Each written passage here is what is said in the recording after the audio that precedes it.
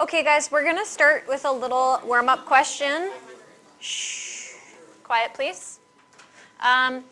You guys are going to see if you can take a couple seconds here and figure out which of the following functions are the same. So if their graphs are the same, that means the functions are the same.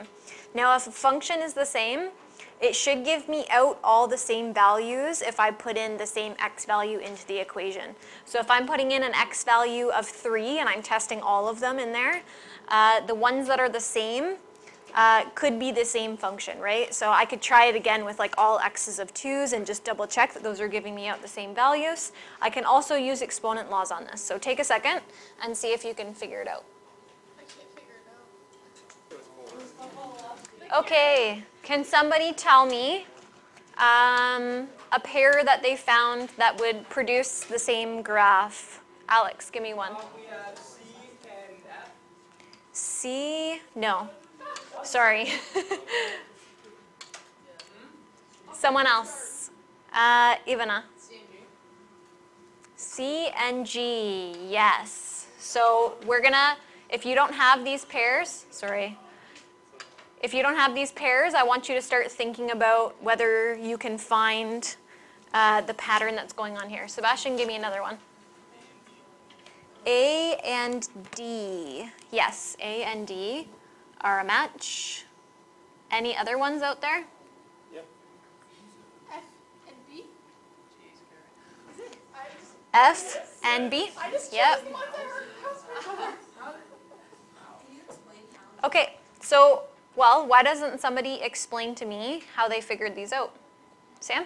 If you actually input the exponent into the base, it'll give you the base unit. So these guys here, C, D, E, and F, these guys have an extra piece in their exponent, right? They have a multiple here.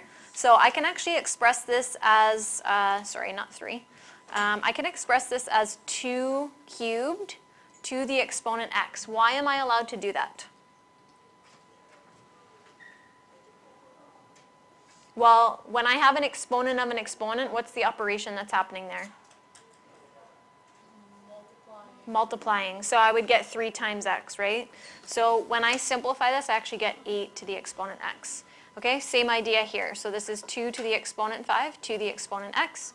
And we know that 2 to the exponent 5 is 32x. So I can actually simplify them like this. So this guy is 3 cubed to the exponent x, which gives me 27x. Did I do that one wrong? Andrew? Yeah, Alex? I have a question. So if you say C is 2 to the power of 3, right? Which is 2 times 2 is 6. 2 times 2 is 4, times 2 is 8, right? 2 times 3 is... It's not 2 times 3, it's 2 to the exponent 3. Okay, we're saying that we're multiplying these exponents here. So because I'm multiplying the exponents, I would get back 3 times x here.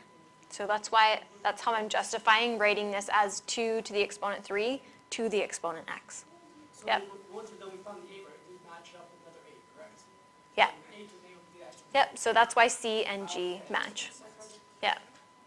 Okay, I could have also tested, let's say, the x value 3 in all of these and seen which ones give me out the same value. Okay, that doesn't definitively prove that they're the same, but equivalent functions should have equivalent answers, right, when we plug in for the function. So that could be a quick way that we could check. Okay, so this is just basically looking at functions maybe in a different way, so equivalent functions, and just noticing that some functions that look different are actually the same. All right. So I want to talk about transformations of exponential functions today. The transformations that we learned in our transformations unit still hold true in exponential functions, but I'm going to introduce you to 2 major functions that we'll be working with in exponential functions. So the first one is 2 to the exponent x. And some good x values that we can choose for any kind of basic exponential function. If you want a lot, you can do -3 to +3. Or if you want just like a few, and that will give you a good idea of what the function looks like, you could do -2 to +2. So I think if we do -2, I think we could fit 3 on here as well, but you don't have to do 3 as long as you kind of get the idea. But if we sub in -2 here, I'm going to get 1/4. And then if we sub in -1 here, I'll get 1/2. If we sub in 0, I'll get 1. If we sub in 1, I'll get 2, 4, and then 8. So these are doubling every time. Okay, so when we graph this, I have a y-intercept at 0, 1. I have 2, 4, and 3, 8. Wait, how did you get like a 4? So I'm plugging these x-coordinates in for this exponent here. Oh. Okay, and then -1 is 1/2 and 1/4. All right, so we looked at these graphs yesterday, these types of graphs. This is the graph of exponential growth. This is like a doubling graph. And these graphs also have an asymptote along y = 0. So we're going to pencil that in and label it.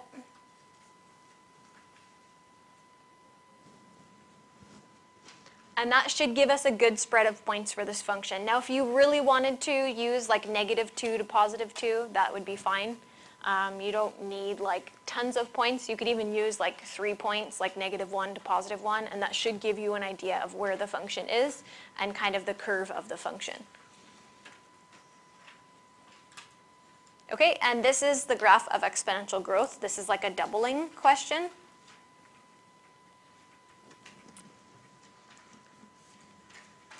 Alex? You also know if it's going to decay if it's that 2 is negative or positive. Sorry, say that one more time. Say, do we know if it's going to decay, like, you know how our old unit, like we did before, if Yeah. if the first value was negative, you can know if it's going to decay. So we can Yeah. if it was going to decay, like, the 2 is negative.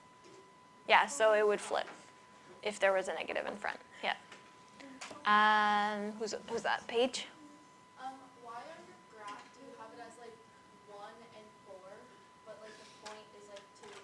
Oh, sorry, I skipped over a point, didn't I? Thank you. There's one extra point in here. 1, 2, 2, 4, and then 3, 8. Sorry about that. Yeah, I was looking at that, but I thought I was just seeing things that I couldn't count. I can't count. I just failed the quiz. Why would I do this? Okay, so this is one of our parent functions for our transformations. So Can I growth is scroll? when it goes up, and decay when it like decays like decreasing, like non-equal. Yep. Okay, the other one is -1/2 to the, or sorry, 1/2 to the exponent x. And for this one, some good points that you can choose would be, you can either do -3 to 3. You could do, I'm just going to wait till I have everyone's attention here. You could do -3 to 3. You can do -2 to 2 if you want. I think that when we sub in -3 here, we actually get 8, so that one is a good point to have. And then if we at least go up to 2, I think that should be enough. But again, if you just need to choose a good spread of x values. I don't need any like specific set of points here. But it should be somewhere between, like definitely have your y-intercept in there and have some points on the left and the right of that, I would say. Okay, so take a second and you're going to sub in the x's into the equation to get the y's.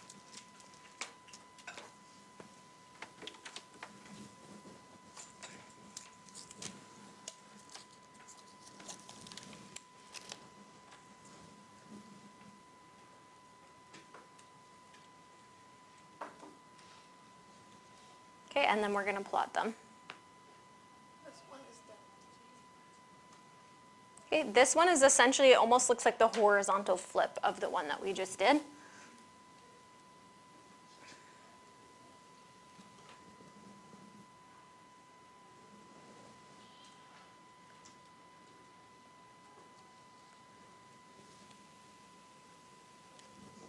Okay, and our graph should be curving toward the x-axis but not touching it because we know that we have that asymptote at y equals 0 again. So we're going to pencil that in and label it, and I'm going to put it down here as a set, sorry, I put y equals 10, y equals 0, as part of our parent function key points because that's actually going to shift with the c-value shift that we have. Okay, and this is the graph. This is kind of like a half-life type thing, so this is a graph of exponential decay.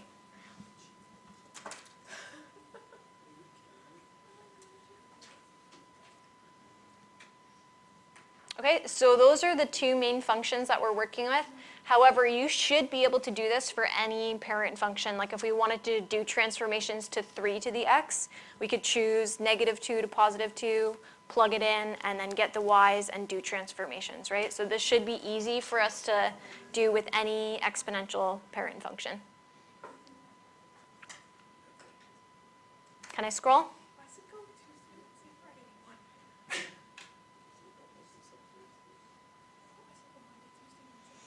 Okay, a couple helpful things for transformations of exponentials. The very helpful thing is that you will see transformations of exponentials like this.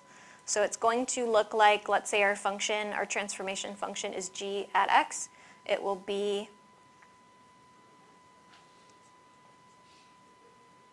okay, and this value right here, the base of your exponent, is actually telling you that your parent function here,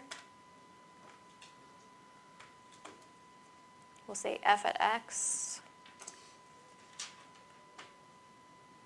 is b to the x. Yep. So guys, remember when we did transformations, the transformations to the x are always with the x. So you're going to see the k value transformation and the d value transformation actually up in the exponent with the x. And then, of course, we remember that the a and the c value, the changes to the y's, are kind of like on the outsides of the function.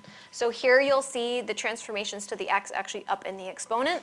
The other important thing to note is that we will see probably another number in here as our base, and that is not a transformation. It's just telling us what parent function to start with. So the base of your exponent actually tells you that your parent function is b to the exponent x. So if your b is 2, let's say, then we're starting with 2 to the exponent x as our parent function.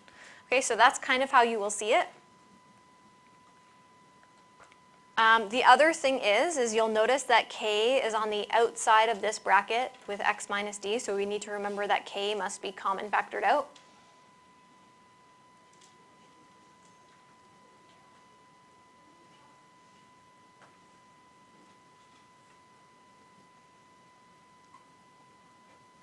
Okay, this is very important, or you won't see the correct d value shift.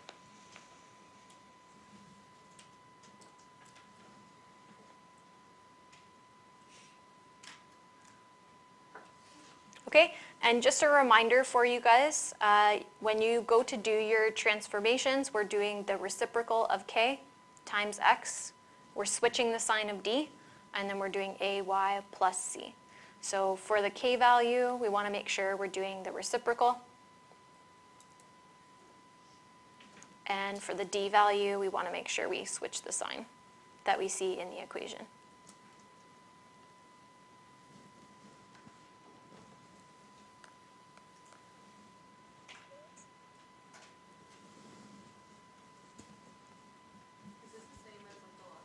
Yep, same deal, just different parent function. So different starting numbers then? Yeah, the ones, the two that I just showed you. Are we only doing 2, or can we show it? I may have you do something like, oh, the parent function is 3 to the x and do these transformations, but again, you're just going to choose like a spread of x's, like from -2 to +2, plug them in to get the y's, and then you can calculate the transformations. These ones are really easy to find a set of parent function points. I don't get the b thing.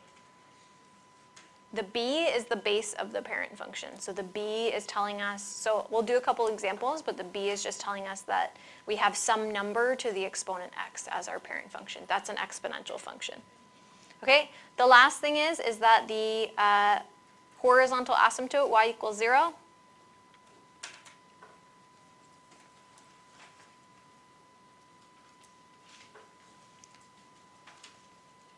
shifts with the C value shift. So it shifts with the vertical translation.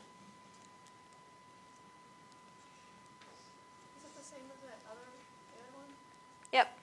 So it will shift up and down depending on how many units C is telling us to shift up and down. So you guys, when you draw your new transformed graph, I would always pencil in the asymptote because we need to know where the function curves around. And if you don't have the asymptote dotted in there, you're not going to know where you can cross or where you should be avoiding, right? So we always want to make sure, that's like always the first thing I draw when I do transformations, is that asymptote, and then I'll plot my points, and then I'll curve them kind of like around that asymptote that I get.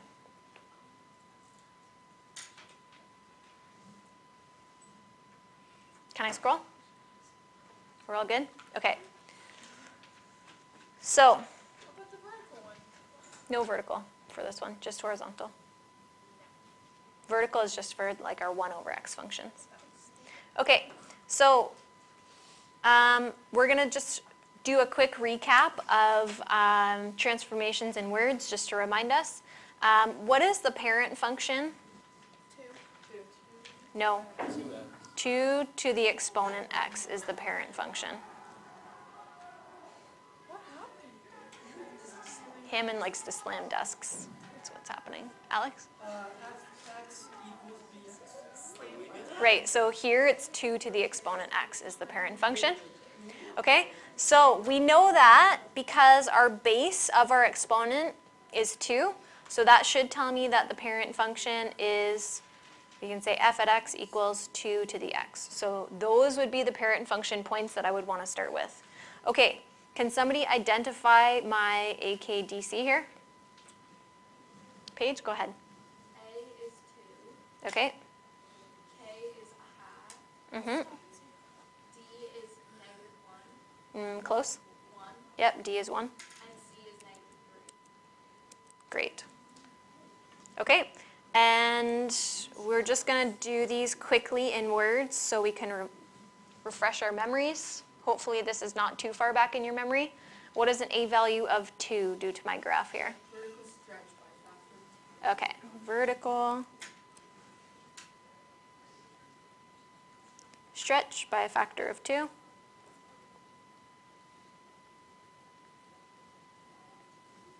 Okay, K value of 1/2. Horizontal stretch by factor of 2. Yep, horizontal stretch by a factor of 2, thank you.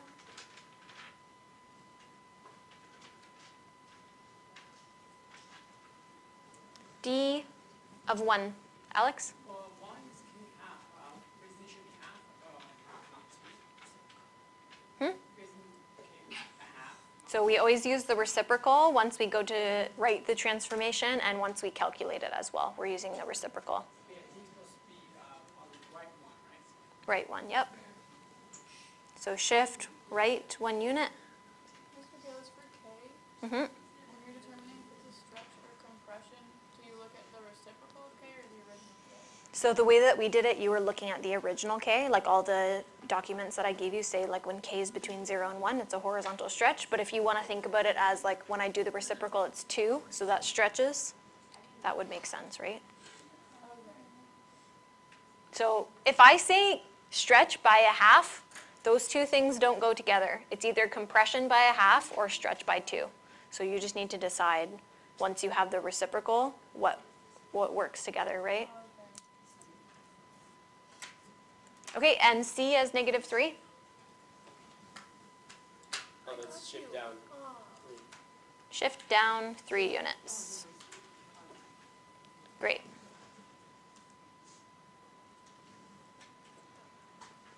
How do you say instead of saying, oh, I got this one? Okay, so we're also remembering, guys, that the order of transformations is to complete all stretches, compressions, and flips first. And then at the end, we can do shifts. So that's why I left the C and D values as the 3rd and 4th transformations and did the A and K first. Okay, and our parent function was y equals 2 to the x. You can call it f equals 2 to the x. That works as well. Okay, so we're going to actually perform some transformations on our parent function points now. So just to remind you, our parent function points that we figured out above were these for 2 to the x.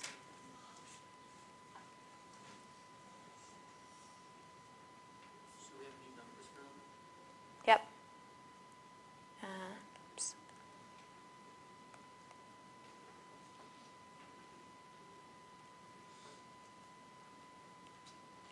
And then we're going to transform them using the equation given here. I'll do it on the right-hand side. So I should have 2y minus 3. That's my ay minus or plus c. And then I want to do the reciprocal of k and the opposite sign of d. So the reciprocal of a half is 2. And then I'll have x, and then opposite sign of d, plus 1. So we're going to take all of our x's, we're going to multiply them by 2 and add 1. And then we're going to take our y's, multiply them by 2 and subtract 3.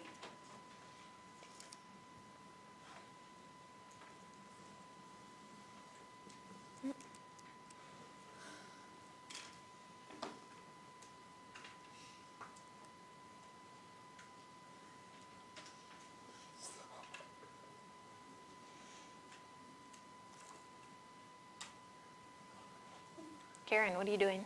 He's always pushing my papers and now I'm tickling him when he's trying to write.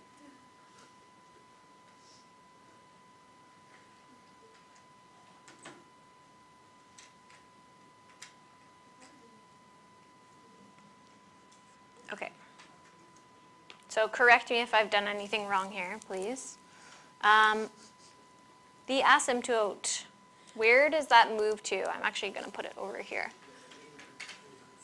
Where does this shift to? Oh, I know. -3. Yep, you're right. Okay. So the very first thing that I'm going to do is I'm going to pencil in y equals -3 with a dotted line.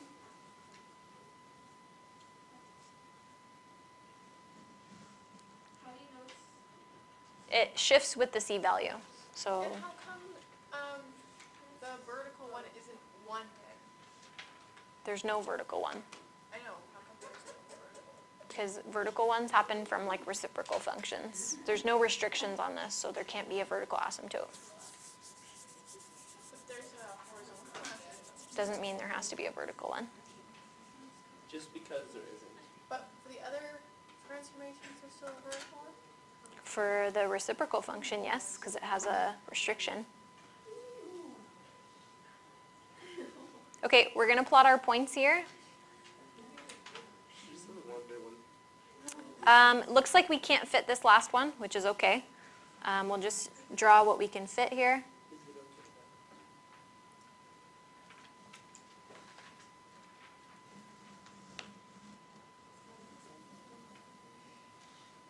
And that's our function, g at x. Okay, so your graph always has to curve toward your asymptote. If you don't know where that is a problem. If your graph happens to cross over your asymptote, that is also a problem. So you're going to want to look into that too, because you probably did a calculation incorrectly if that happens. I'm confused about this vertical thing.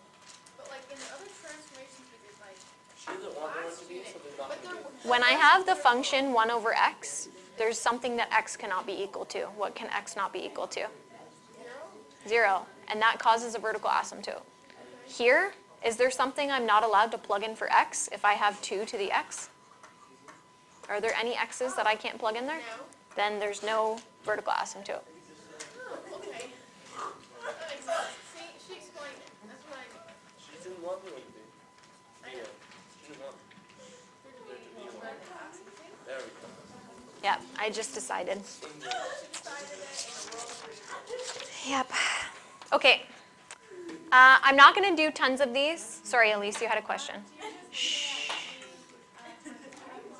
G at x.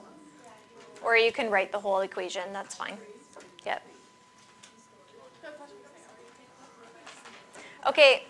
This last part, you guys are going to see this on your worksheet, so I want you to focus in here. So I said at the beginning of this lesson under my tips, we need the k value to be common factored out. So we always need to express our function or rewrite our function when we first begin so that that k value is common factored out, or else we won't see the correct d value shift. So the 2 needs to be common factored out here. And my d value is actually 2, it's not 4. So I just want to be mindful of that. Every single question that I approach, I always want to make sure that k value is common factored out. Okay? The other ones, you're going to see something like this as well in your worksheet, so I just want you to be aware. If I'm common factoring out a fraction, I need to think about how that impacts, especially this second number right here. So I think the easiest way when I take out a fraction is to think about when I bring this back in, taking 1/4 and multiplying it by something is the same thing as dividing by 4. So what remains over here is something that when I divide it by 4 gives me 2. So what divided by 4 gives me 2? 8. Yes, that's right. So this is actually x minus 8. And this happens because when I take out a common factor of 1/4, what I'm really doing is I'm taking 1/4 x minus 2 and I'm dividing this by 1/4 and I'm dividing this by 1/4. So what happens is these cancel and I put it out front, so I have x. And then what happens when I do 2 divided by 1/4? Well, I actually flip and multiply and I get 8. So that's why we get minus 8 there. So we need to just be mindful, like when I put this back in, I want to be getting back out what I started with, right? So when I put in 1/4 into 8, I get back 2. So that's how we common factor those. Would it go back to 2? Yeah. Okay, so same expression, it's just common factored. And we always need this x to be by itself. So it doesn't matter if the number is divisible into the d value or not, like we always need to take out that k value. Yep. So we do this first, and then we do the whole parent. And then you can do your transformations, yeah. Okay, so the idea is, again, you don't have to do this, but you do need to think about this and just say, okay, if I'm taking out 1/4, I need to think about, so I'll just erase this here. I need to think about, I took out 1/4 from 2. If I multiply 1/4 back in, sorry, I'll scroll up for you a little bit there. If I put 1/4 back in, multiplying by 1/4 is the same thing as dividing by 4. Do we all agree with this? Multiplying by 1/4 is the same thing as dividing by 4. It's like multiplying by 1/2 is the same thing as dividing by 2. Okay? So if I multiply something by 1/4, what will give me back 2? Well, what divided by 4 gives me back 2? 8. Okay? So when I bring this back in, I have 1/4 x minus 1/4 times 8, and that's really just 8 divided by 4, which gives me back 2, right? So, no, you don't. You can just put it. I'm explaining it all to you just so it makes sense. But yeah, if you understand how to think about it and how to find the number, that's totally fine. So what would if the number was like 1 instead of -2? Then I would put 4 there if it were 1 instead of -2. Because I would want 4 divided by 4 to give me back 1. Okay, do we want to try one more like this with the fraction? Okay. Can you just use your calculator? Yeah, so we're really doing, when we common factor, we're doing 2 divided by 1/4. So that will give you 8. Yeah. Yep. Okay, so suppose you have something like this. What do I want to put here? 6. 5. Okay. How do I common factor this? So I have to take out 1/3. Yeah, you're right. And I have to make sure that when I put that 1/3 back in, I get back 5. So when I divide 15 by 3, I get back that 5. So we get 15. Wait, so how did you get -15 being divided 3? We divide 5 by 1/3 because we're taking it out. Or Yeah, so when I divide a number by 1/3, I'm flipping and multiplying, and really what I'm doing is multiplying by 3. So you can do this for every number. Yep, If it's a fraction, yep. then you can do it for every single one. Divide by the fraction. That's what we do when we're common factoring. Alex? I'm sorry.